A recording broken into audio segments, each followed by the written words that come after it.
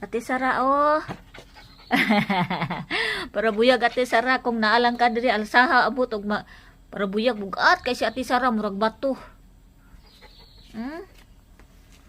Dako na gud siya Ate Sara buyag. Magduha pa ba ni kabulan karong 28 diri. Sa September 28 kunin ako siya gikuha no. Para buyag murag bato. Kana pa ang iyang pagkaunan oh. Di man siya mao dag pagkaon niya tagaan na po na kada hapon na nako ni siya pakanon-kanon. Nya ang iyang kuan. Wa nahurot ang iyang pagkaon di man ni mautdan og pagkaon. Na permente ni diri limpyuhan iyang kuan buyag. Buyag bugat kayo Ate Sara buyag yun. As in.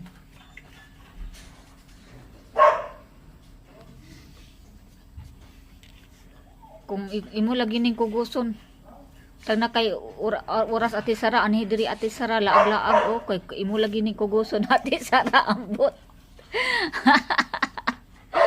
Pero buyag bugat kayo siya ay sa tinuod lang. Jangan Mayla ha, jangan ha.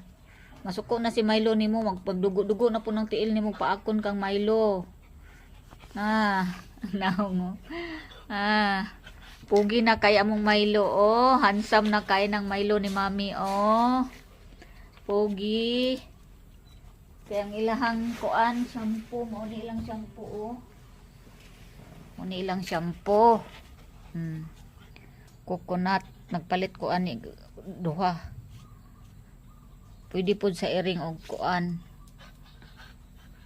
Nindot sa ilahang kuan. Sige na sila kuan. Para buyag kaayo si Milo.